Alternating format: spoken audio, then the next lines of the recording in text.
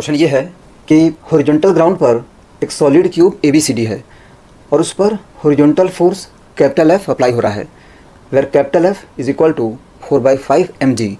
तो given stand पर point D का एक्सेलरेशन फाइंड करना है, तो उसको प्रोसीड करते हैं। इस क्वेश्चन में कई सारे कॉन्सेप्ट्स इन्वॉल्व हैं, तो इसको हम डिटेल में सॉल्व करेंगे। सबसे पहले ये समझते हैं कि अगर फ्रिक्शन नहीं होता तो क्या होता, मतलब अगर ग्राउंड और क्यूब के बीच फ्रिक्शन एब्सेंट होता तो क्या होता। तो उस केस में फ्री बॉडी डायग्राम ड्रॉ करते हैं। ये क्यूब है और ये हॉरिजॉन्टल ग्राउंड है, such that mu is equal to 0। ठीक है, तो सबसे पहले इस पर नॉन कॉन्टैक्ट फोर्स, इसका वेट md दोनों डायरेक्शन में कर रहा है, और इस पर जो कॉन्टैक्ट फोर्सेस हैं उसमें हॉरिजॉन्टल फोर्स F अप्लाई हो रहा है, which is equal to 4/5 mg, that is 0.8 mg। ठीक है, अगेन हॉरिजॉन्टल ग्राउंड स्मूथ है तो कंफर्म है कि ग्राउंड क्यूब पर फ्रिक्शन फोर्स अप्लाई नहीं करेगा, ग्राउंड सिर्फ नॉर्मल कॉन्टैक्ट फोर्स अप्लाई करेगा।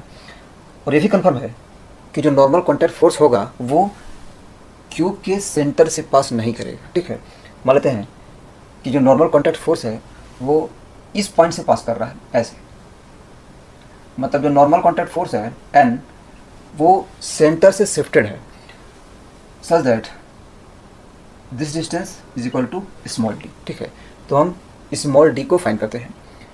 तो एज्यूम करते हैं कि जो क्यूब है वो रोटेट नहीं कर रहा है, मतलब इस क्यूब का एंगुलर एक्सेलरेशन 0 है। तो अगर अल्फा 0 है तो कंफर्म है कि किसी भी पॉइंट के अबाउट क्यूब पर नेट टॉर्क 0 होगा। हम क्या करते हैं कि सेंटर के अबाउट इस पर नेट टॉर्क 0 करते हैं, तो सेंटर के अबाउट mg का टॉर्क 0 होगा, तो हम F और N दोनों के टॉर्क को बैलेंस करते हैं। ठीक है, we have mod of tau F equal to mod of tau N। ठीक है, mod of tau F is equal to mod of tau N, this imply that, तो ये हो जाएगा F इंटू परपेंडिकुलर डिस्टेंस। तो इस पॉइंट से F का जो परपेंडिकुलर डिस्टेंस है वो ये है, तो अगर क्यूब का लेंथ मान लेते हैं small l, so this distance will be L/2। ठीक है, is equal to mod of tau N, ये हो जाएगा N इंटू स्मॉल d। ठीक है, this imply that F is equal to 0.8 mg into L/2 equal to N। यहाँ पर जो N है वो mg के इक्वल होगा, so this will be mg into d। ठीक है, mg cancel and this imply that d is equal to 0.4 L, and this is possible. This is possible because d must be less than equal to L/2.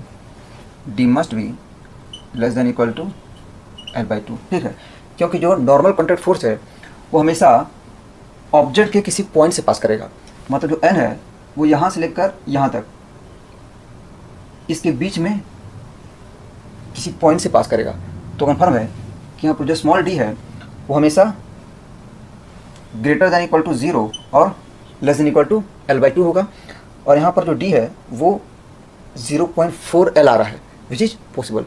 मतलब हमने assume किया है कि alpha equal to 0, this is possible. ठीक है, our assumption is correct, मतलब जो cube है वो रोटेट नहीं करेगा, क्यूब का एंगुलर एक्सेलरेशन 0 होगा। ठीक है, नेक्स्ट क्या करते हैं कि फ्रिक्शन को लेके आते हैं। ठीक है, तो यहाँ पर हमने देखा कि जो क्यूब है वो सिर्फ हॉरिजॉन्टल डायरेक्शन में एक्सेलरेट करेगा और उसका एंगुलर एक्सेलरेशन 0 होगा। अब हम फ्रिक्शन को लेके आते हैं, तो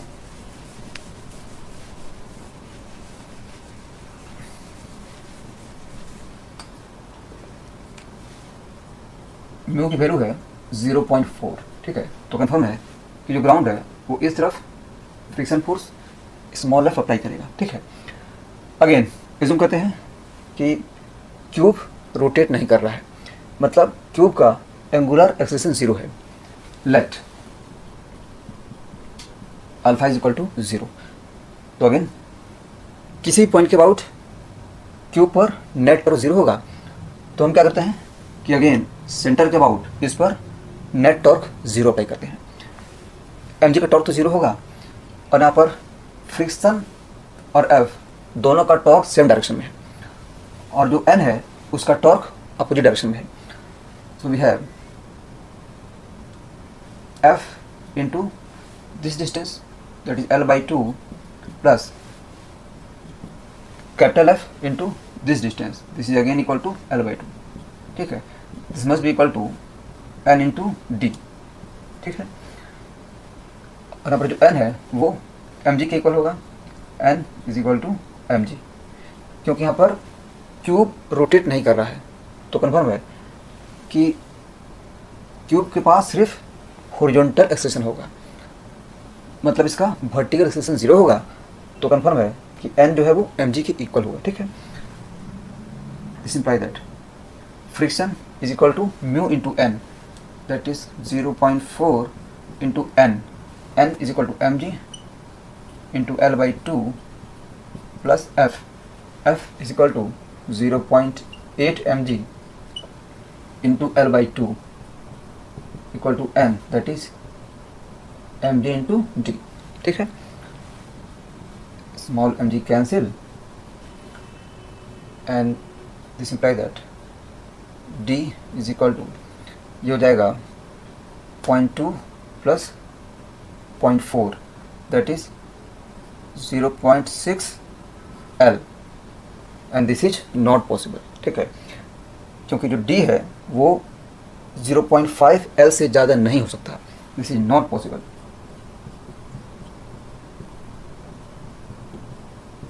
ठीक है, मतलब हमने ये जो एज्यूम किया था कि अल्फा 0 होगा, this is not possible, our assumption is wrong. तो कंफर्म हो गया कि यहाँ पर जो क्यूब है वो रोटेट करेगा। तो यहाँ से हम एक ऑब्जेक्टिव क्वेश्चन फ्रेम कर सकते हैं। क्वेश्चन ये होगा कि म्यू की मैक्सिमम वैल्यू क्या होनी चाहिए ताकि जो क्यूब है वो रोटेट ना करे। ठीक है, तो उसको हम सॉल्व करते हैं। तो म्यू की मैक्सिमम वैल्यू के लिए कंफर्म है कि यहाँ पर जो डी है वो L/2 के इक्वल होगा। ठीक है, तो हम क्या करेंगे कि यहाँ पर डी की वैल्यू L/2 पुट करेंगे और वहाँ से हम म्यू की वैल्यू फाइंड करेंगे और वही म्यू की मैक्सिमम वैल्यू होगी। ठीक है, so for mu max we have, ये हो जाएगा म्यू मैक्स, मान लेते हैं ये म्यू डैश है। ठीक है, so we have mu dash into mg into L/2 plus 0.8 mg L/2 equal to mg into d, और म्यू मैक्स के लिए डी की वैल्यू हो जाएगी L/2। ठीक है, तो mgl तीनों में कैंसिल करते हैं, this imply that mu dash by 2 is equal to, ये हो जाएगा 1 minus 0.8 that is 0.2 by 2, this is 0.1 and this imply that mu dash is equal to 0.2 and this is the maximum value of mu for which the cube will not rotate. तो अगर mu की value 0.2 से ज़्यादा होगी उस case में confirm है कि जो क्यूब है वो रोटेट भी करेगा, क्यूब के पास एंगुलर एक्सेलरेशन होगा। तो यहाँ पर म्यू की वैल्यू 0.4 है विच इज़ ग्रेटर देन 0.2, तो कंफर्म है कि जो क्यूब है वो रोटेट करेगा। ठीक है, तो अब हम इसको फिर से सॉल्व करते हैं।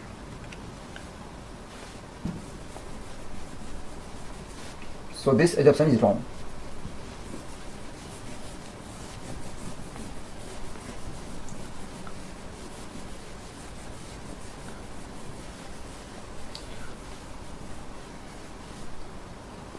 तो ये कंफर्म हो गया कि यहाँ पर जो क्यूब है उसके पास एंगुलर एक्सेलरेशन होगा। मान लेते हैं कि क्यूब का एक्सेलरेशन हॉरिजॉन्टल डायरेक्शन में a1 है और इसका एंगुलर एक्सेलरेशन अल्फा है, तो क्यूब का जो एंगुलर एक्सेलरेशन है ऐसे वो अल्फा है। अगेन यहाँ पर जो क्यूब है वो रोटेट कर रहा है, तो कंफर्म है कि इस क्यूब का जो सेंटर होगा उसके पास हॉरिजॉन्टल और वर्टिकल दोनों एक्सेलरेशन होगा, ठीक है। मतलब सेंटर ऑफ मास का एक्सेलरेशन हॉरिजॉन्टल डायरेक्शन में a1 है और मान लेते हैं कि वर्टिकल डायरेक्शन में a2, ठीक है। इसको मैसेज समझ सकते हैं कि जो क्यूब है वो रोटेट कर रहा है। इस समय जो सेंटर ऑफ मास है वो ग्राउंड से l/2 ऊंचाई पर है, तो अगर क्यूब 45 डिग्री से रोटेट करता है उसके इसमें जो सिचुएशन है वो कुछ ऐसा हो जाएगा, ऐसे, ठीक है।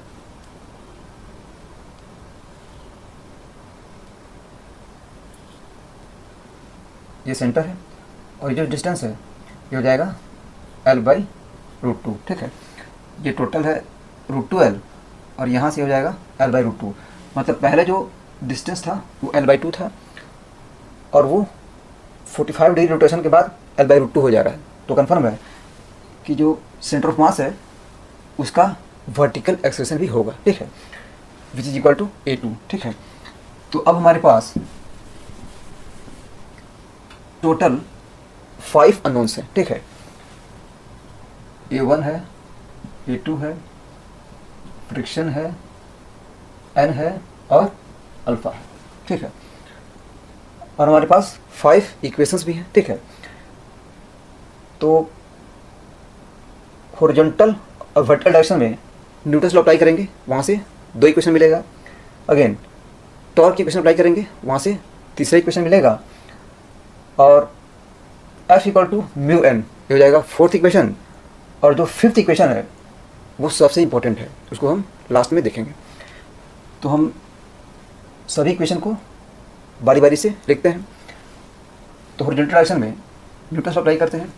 We have force equal to mass into acceleration. तो इस तरह जो नेट फोर्स है हो जाएगा F minus small f is equal to m into a1, equation 1। Vertical direction में न्यूटन्स अप्लाई करते हैं, ये हो जाएगा n minus M g is equal to m into a2, ठीक है। यहाँ पे इसमें इंपॉर्टेंट है कि जो n है वो mg के इक्वल नहीं होगा, क्योंकि सेंटर ऑफ मास के पास वर्टिकल एक्सेलरेशन भी है। तो अगर a2 0 होता उस केस में n जो है वो mg के इक्वल होता, लेकिन यहाँ पर a2 0 नहीं होगा क्योंकि जो क्यूब है वो रोटेट कर रहा है। एक बात और कि अगर क्यूब की जगह पर कोई स्फेयर होता उस केस में a2 की वैल्यू 0 होती, ठीक है। मतलब अगर इस क्यूब की जगह पे कोई स्फेयर होता तो उस केस में हर एक पॉइंट का जो डिस्टेंस है वो सेंटर से वो कांस्टेंट रहता, ठीक है। तो उस केस में इसके पास सिर्फ हॉरिजॉन्टल एक्सेलरेशन होता a1, वर्टिकल एक्सेलरेशन नहीं होता। लेकिन यहाँ पर हम देख सकते हैं कि ये जो पॉइंट है वो सेंटर से नज़दीक है, लेकिन ये जो पॉइंट है वो सेंटर से दूर है। तो कन्फर्म है कि क्यूब जब रोटेट करेगा तो सेंटर ऑफ मास के पास हॉरिजॉन्टल के साथ साथ वर्टिकल एक्सेलरेशन भी होगा, ठीक है। This is equation 2। Next torque की इक्वेशन अप्लाई करते हैं। तो अगेन सेंटर के about torque equal to I alpha करते हैं। तो हमने अल्फा को इस डायरेक्शन में लिया है, तो उस केस में एफ और कैपिटल एफ दोनों का टॉर्क अल्फा के डायरेक्शन में है, लेकिन जो एन है उसका टॉर्क अल्फा के अपनी डायरेक्शन में है, तो वो माइनस हो जाएगा, ठीक है। We have f into l/2 plus capital F into l/2 minus n into l/2, ठीक है। क्योंकि कंफर्म हो गया कि जो क्यूब है वो रोटेट करेगा और यहाँ पर जो डी है वो अपने मैक्सिमम वैल्यू पे होगा विच इज l/2। मतलब ये कंफर्म है कि जो नॉर्मल कॉन्टैक्ट फोर्स है वो इस पॉइंट से पास करेगा ऐसे, ठीक है। So this distance is equal to l/2, ठीक है, and this equal to I alpha. तो सेंटर से पास करता हुआ ये जो एक्सिस है इसके अबाउट मोमेंट ऑफ इनर्शिया होता है ml² प्लस ml²/12 हो जाएगा ml²/6 ml²/6 into alpha. This is third equation. ठीक है. Again F equal to mu n. This is law of friction. This is always true because there is relative motion. ठीक है. यहाँ पर जो cube है वो ग्राउंड के रेस्पेक्ट में मूव कर रहा है, तो कंफर्म है कि फ्रिक्शन मैक्सिमम वैल्यू पे होगा और वो म्यू एन के इक्वल होगा. और फिफ्थ इक्वेशन समझना इंपॉर्टेंट है. तो फिफ्थ इक्वेशन ये होगा कि यहाँ पर ये जो पॉइंट डी है उसका वर्टिकल एक्सेलरेशन 0 होगा. ठीक है. ये पॉइंट डी है, तो अगर क्यूब रोटेट करता है तो कंफर्म है कि वो पॉइंट डी के अबाउट रोटेट करेगा. लेकिन जो पॉइंट डी है वो कंफर्म है कि ग्राउंड के कांटेक्ट में रहेगा, इसलिए पॉइंट डी का वर्टिकल एक्सेलरेशन 0 रहेगा. पॉइंट डी के पास हॉरिजॉन्टल एक्सेलरेशन तो होगा लेकिन वर्टिकल एक्सेलरेशन 0 होगा. और पॉइंट डी का जो हॉरिजॉन्टल एक्सेलरेशन होगा उसी को फाइंड करना है. तो अप्लाई करते हैं कि पॉइंट डी का वर्टिकल एक्सेलरेशन 0 होगा and that will be the fifth equation. ठीक है. तो क्या करेंगे कि सबसे पहले सेंटर पर बैठकर पॉइंट डी का एक्सेलरेशन फाइंड करते हैं. तो अगर हम सेंटर पर बैठ जाते हैं तो उस केस में जो पॉइंट डी है उसका एक्सेलरेशन इस तरफ बदल आएगा alpha into this distance that is r. और यहाँ पर जो आर है उसकी वैल्यू हम जानते हैं. This is L/2, this is L/2 और ये जाएगा √2 into L/2 that is L/√2. ठीक है. तो अगर हम सेंटर में बैठेंगे तो हमें जो क्यूब है वो सिर्फ रोटेट करता हुआ नजर आएगा. तो हम जैसे ही सेंटर से ग्राउंड पर आएंगे तो हमें A1 A2 को ऐड करना पड़ेगा. ठीक है. तो इस तरफ ऐड करना पड़ेगा A1 और ऊपर ऐड करना पड़ेगा A2. ठीक है.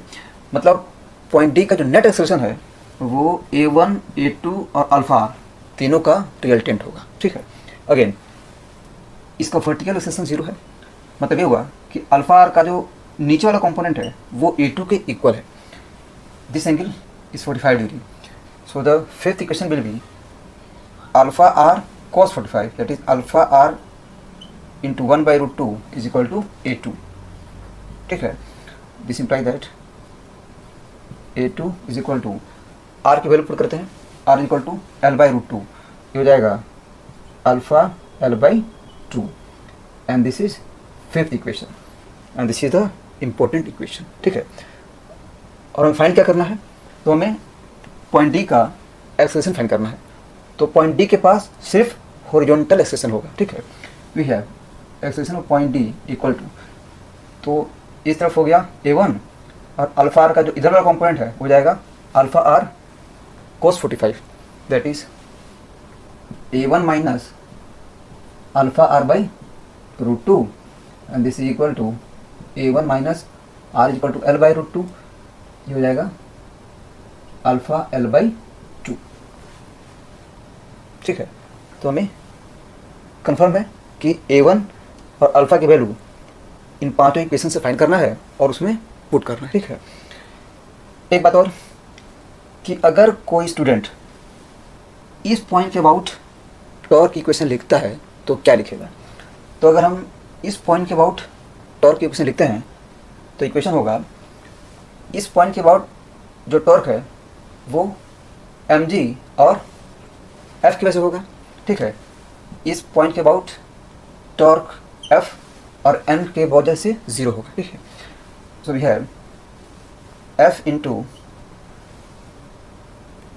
perpendicular distance that is L minus mg का torque mg into L/2 this is equal to I alpha. तो ये जो एक्सिस है उसके about moment of inertia ml²/6 है.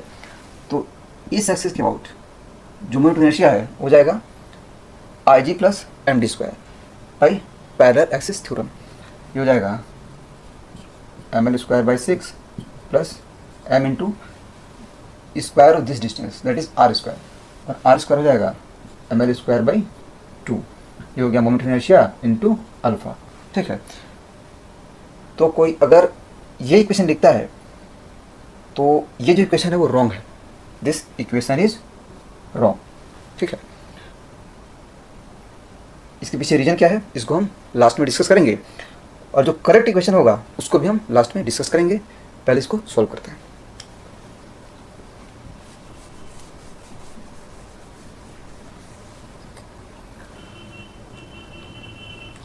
क्या करते हैं कि f और a2 दोनों की वैल्यू इन तीनों इक्वेशन में पुट करते हैं, ठीक है। Capital F is equal to 0.8 mg minus friction that is mu into n, mu is equal to 0.4 into n equal to m into A1, ठीक है। ये हो जाएगा n minus M g equal to MA2, ठीक है। और ये हो जाएगा mu into n that is 0.4 into n into L/2 common ले लेते हैं, plus capital F that is 0.8 mg minus n into L/2 is equal to m L²/6 alpha, ठीक है। तो इसमें L/2 कैंसिल करते हैं, ये हो जाएगा 0.4 n plus 0.8 mg minus n equal to एक L कैंसिल, ये हो जाएगा ml अल्फ़ा/3, ठीक है। तो हमारे पास ये इक्वेशन है, ये इक्वेशन है और ये इक्वेशन है, ठीक है। और A1 और अल्फ़ा की वैल्यू फाइंड करनी है, तो क्या करते हैं कि इन दोनों इक्वेशन से n को एलिमिनेट करते हैं, ठीक है। यहाँ पे ये जो इक्वेशन है इसमें दो वेरिएबल है, n है और A1 है, ठीक है। अगेन ये जो इक्वेशन है इसमें भी दो वेरिएबल है, n है और A2 है। और अगेन ये जो इक्वेशन है इसमें भी दो वेरिएबल है, n है और अल्फ़ा है, n है और अल्फ़ा है, ठीक है। तो हमें A1 अल्फ़ा में दो इक्वेशन चाहिए, तो अगर हम A2 की वैल्यू यहाँ पुट कर देते हैं तो ये जो इक्वेशन है वो n और अल्फ़ा में हो जाएगा, n और अल्फ़ा में हो जाएगा। A2 की वैल्यू पुट करते हैं अल्फ़ा L/2, अल्फ़ा L/2, ठीक है। तो ये इक्वेशन n और अल्फ़ा में है, ये इक्वेशन भी n और अल्फ़ा में है। तो क्या करते हैं कि दोनों को सॉल्व करके n और अल्फ़ा की वैल्यू फाइंड करते हैं।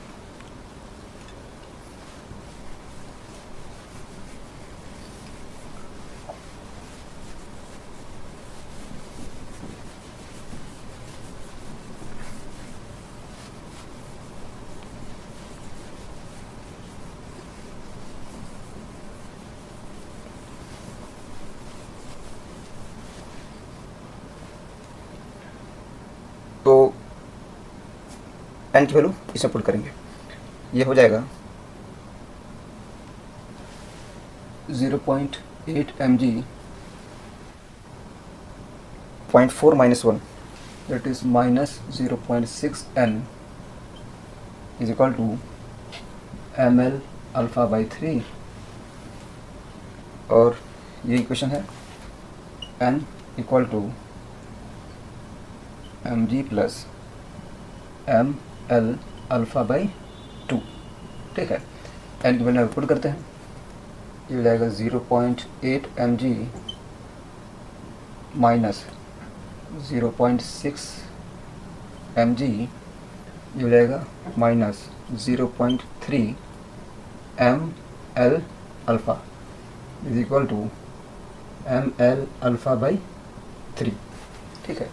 दिस इम्प्लाई दैट ये हो जाएगा 0.2 mg इक्वल टू, ये हो जाएगा ml alpha into 1/3 plus 0.3 that is 3/10, ठीक है। This is equal to 19/30 M L alpha, ठीक है। तो small M cancel and this imply that alpha is equal to, ये हो जाएगा 2.2 इंटू 10, ये हो गया 2 into 30/19L। So this imply that alpha is equal to 60/19L। ये अल्फा की वैल्यू हो गई, ठीक है। तो अल्फा वैल्यू यहाँ पुट करते हैं, ये हो जाएगा mg plus m/2 into alpha L. Alpha L is equal to 60/19। So n is equal to, this is 10m plus 30/19m, ये हो जाएगा 190 प्लस 30, दैट इज 220/19m, ठीक है। तो ये n की वैल्यू हो गई और हमें चाहिए a1 की वैल्यू, तो इसमें n की वैल्यू पुट करते हैं। We have ma1 is equal to 0.8 mg minus 0.4 into n, that is 220/19m, ठीक है। तो small n cancel and this imply that a1 is equal to, ये हो जाएगा 8 माइनस, ये हो जाएगा 88/19,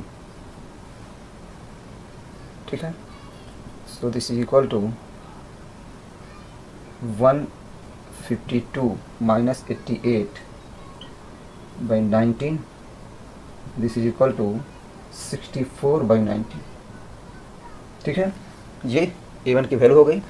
सो we have alpha equal to 60/19L and a1 is equal to 64/19 metre per second square, ठीक है। तो हम AD की वैल्यू फाइंड कर लेते हैं।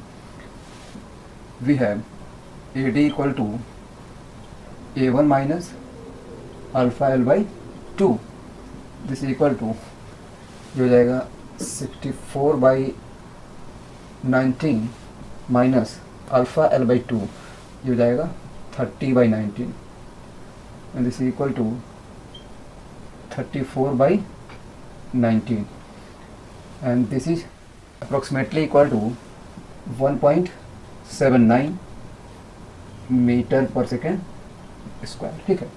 सो finally we have acceleration of point D equal to 1.79 metre per second square, ठीक है। नेक्स्ट ये समझते हैं कि D के अबाउट हमने जो टॉर्क की क्वेश्चन लिखा था उसमें प्रॉब्लम कहाँ पे है। तो उसमें प्रॉब्लम ये है कि यहाँ पर जो पॉइंट D है उसका एक्सेलरेशन 0 नहीं है, ठीक है। पॉइंट D का वर्टिकल एक्सेलरेशन तो 0 है, लेकिन पॉइंट D के पास हॉरिजॉन्टल एक्सेलरेशन है which is equal to 34/19 metre per second square. तो अगर हम पॉइंट D के अबाउट इस पर टॉर्क की इक्वेशन अप्लाई करते हैं तो हमें स्यूडो फोर्स को भी अप्लाई करना पड़ेगा, ठीक है। तो अगर हम स्यूडो फोर्स को अप्लाई करते हैं तो जो टॉर्क की इक्वेशन है वो करेक्ट हो जाएगा। उसको देखते हैं।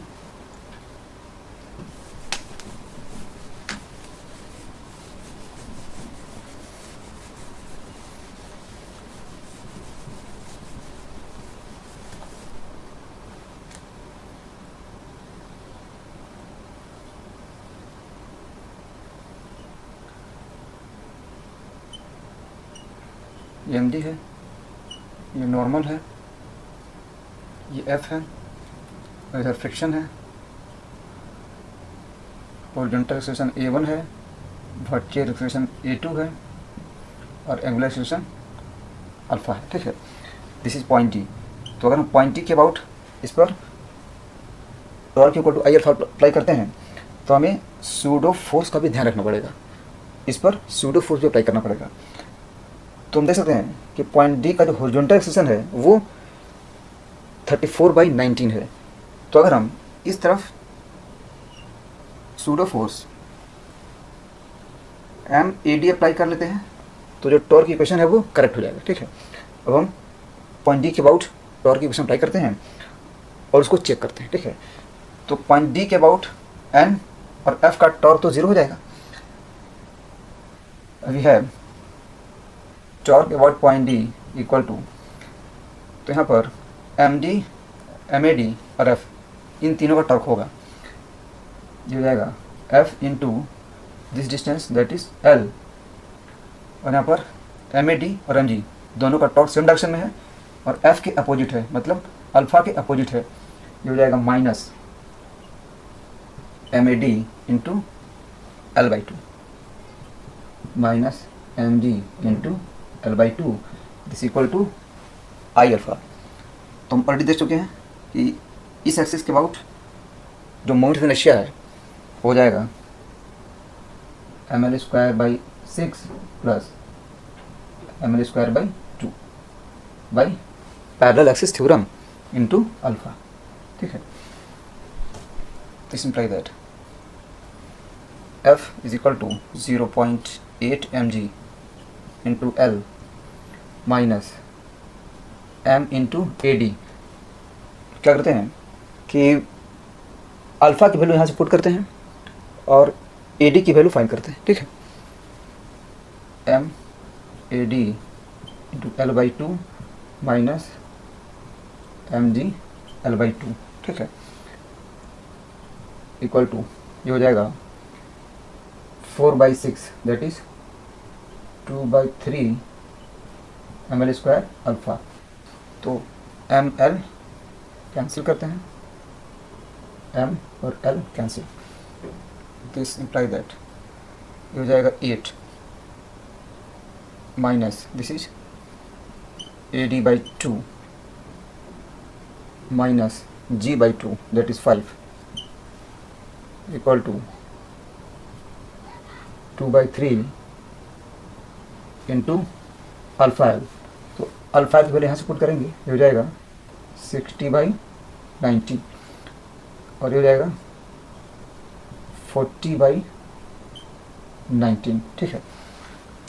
सो this imply that 80/2 is equal to जो हो जाएगा 3 माइनस 40/19, ठीक है। दिस इज 57 माइनस 40/19, ये हो जाएगा 17/19 and finally A D is equal to 34/19 metre per second square. हम देख सकते हैं कि ए डी की वैल्यू बिल्कुल सेम है, ठीक है। मतलब ये कि अगर हम पॉइंट डी के अबाउट इस पर टॉर्क की इक्वेशन लिखना चाहते हैं तो हमें सूडो फोर्स का भी ध्यान रखना पड़ेगा, क्योंकि जो पॉइंट डी है वो एक्सलरेट कर रहा है, ठीक है।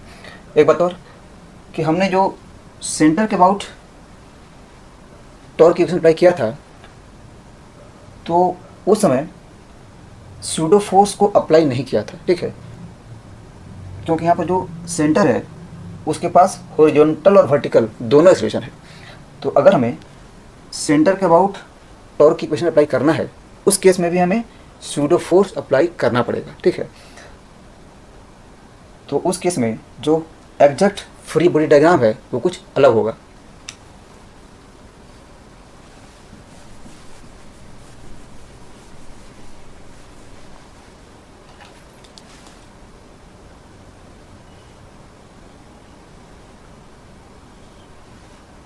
ये नॉर्मल है, ये एफ है,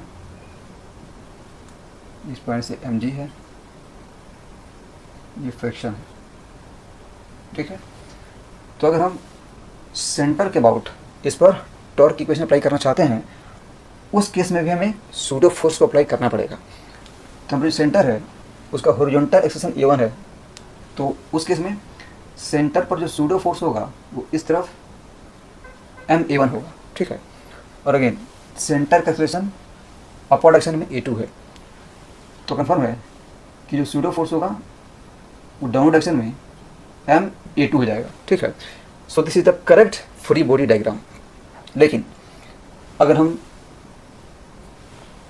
इन दोनों फोर्सेस को ड्रॉ ना करें उस केस में भी जो आंसर है वो करेक्ट आता है। उसके पीछे रीज़न ये है कि सूडो फोर्सेस हमेशा सेंटर से पास करते हैं, और यही वजह है कि इन दोनों का जो टॉर्क है वो ज़ीरो हो जा रहा है। ठीक है, तो सेंटर के अबाउट टॉर्क की इक्वेशन लिखने का यही एडवांटेज है कि हमें सूडो फोर्सेस को कंसीडर नहीं करना पड़ता है।